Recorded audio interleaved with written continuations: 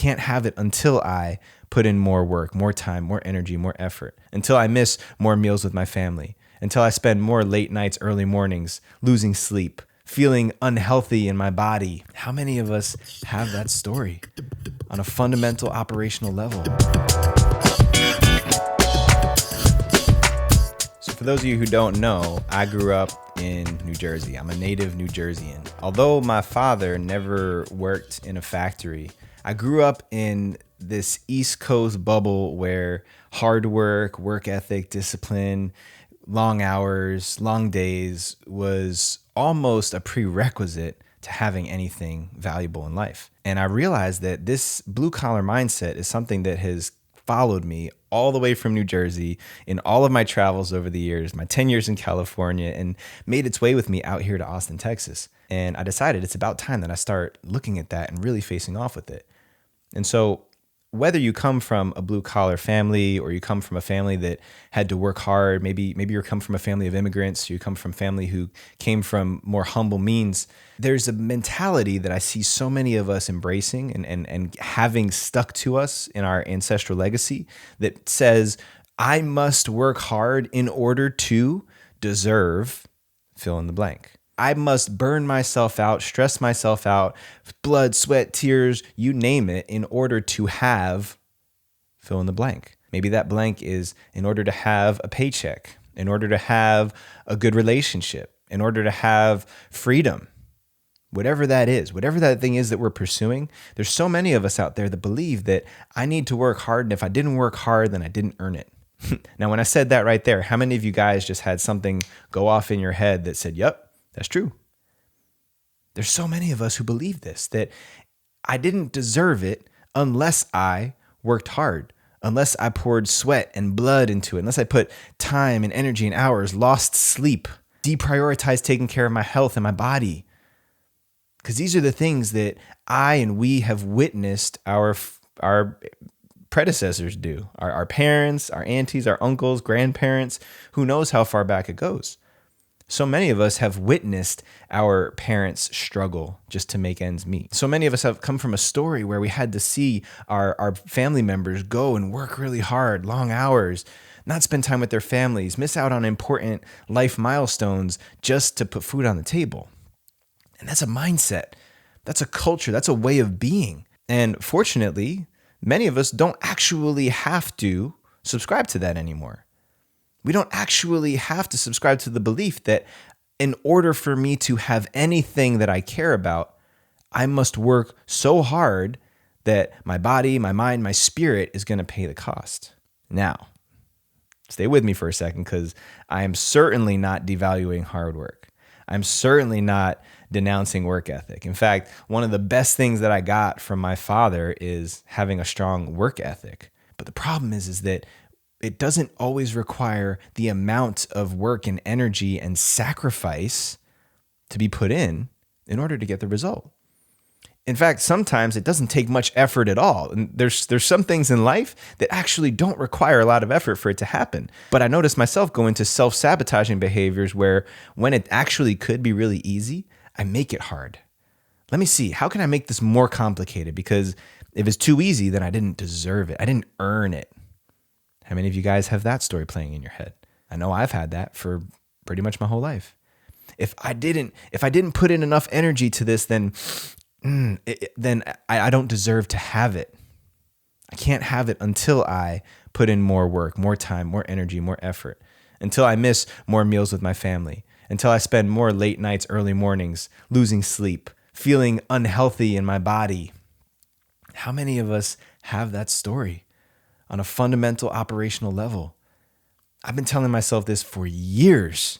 And yes, there are many things that require consistent hard work and energy and effort to produce a certain type of result. But there's also things that can be done with greater ease. I would say that this is where the balance of yin and yang can come into the conversation.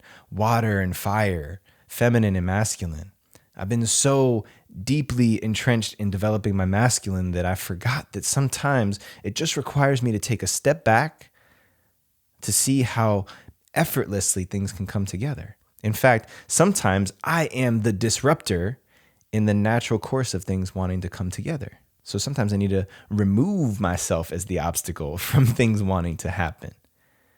And again, like I said, it doesn't mean that everything in life should just naturally come easy. That would be going too far in the other direction. It's just to balance things out a little bit, to have that sense of hard work for the things that require hard work and effort and energy, but then also to have gentleness, to receive. You see, this is deeply connected to a failure to receive and really, really let things enter into my life on a basic level. And this is something that so many of us men have a hard time doing. We suck at receiving. In fact, let me give more before I receive something. Because if I receive too soon, then I didn't deserve it. It makes me a selfish person. It makes me greedy. And none of us want to become that. Nobody wants to accept that label. In fact, how many of us have judged other people for receiving too much? So you didn't work hard enough. You didn't do enough to earn what you're receiving. And forget about other people in the world. How many times have you said that very same thing to yourself? I know I have. I know I've done that many, many, many times. And frankly, I'm tired of it because I've felt the physiological costs of working myself so hard. And so many times looking back and saying, man, I didn't even need to work that hard to produce the same results. And yes, there's times where I have had to work hard and be consistent. But this is also something I think about fighting metaphors and the metaphors in the martial arts. Somebody who goes into the ring and exerts all their energy and effort has nothing left in the tank. There's literally nothing left to give. Efficiency is what makes for really great fighters. Fighters who can go the distance. A fighter who can go 5, 10, 12 championship rounds. But if I spend all that energy all at once, then I've got nothing left. And energy is finite. Nobody has endless amounts of energy. So if I've got this story that everything that I do, anything that I want, I must put in excess amounts of energy to the point where I am depleted of my energy, where I've left nothing in the tank. I've worked myself to exhaustion. I've gone to failure, right? We even use this in our workout language. If I'm always doing that, then what's going to be left for me for the next thing, for the other important things that matter to me?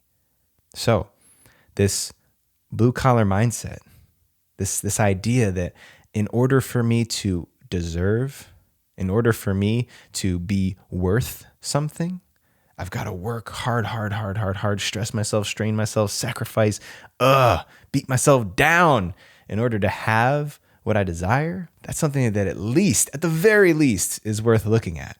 So if you come from a background, from a family that prioritize hard work, sacrifice, blood, sweat, tears, at least give yourself the opportunity to look at that for a second and look at some of these areas in your life. Are you making things harder than they have to be because there's some honor, there's some merit in being somebody who has dropped blood, sweat, and tears on everything you've ever done? Because at the end of the day, honor and nobility is one thing, but sacrificing yourself in order to be revered, I'm not on board with that. And here's why. I've seen too many people show up home to their families, and I've done it myself, show up home to their families without anything left in the tank because of this old mindset that doesn't serve us anymore.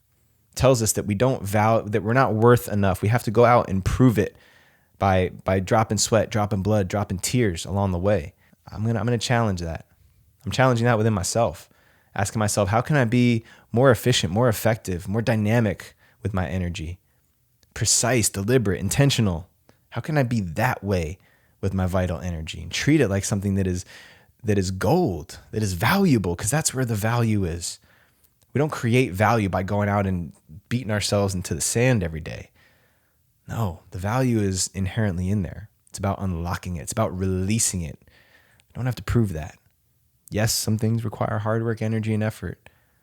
But sometimes I can create those hard moments just to prove to myself that I'm worth it. That's a story that's worth looking at. So if you got that same story, check that out within yourself. If you come from a blue collar family, blue collar background, East Coast mentality here in the US, if you come from a family of immigrants, people who come from humble means and had to work for what they got, it's something worth looking at. Something worth looking at. What is useful about that story? And only take the useful stuff forward. I'll catch you guys next week. Peace.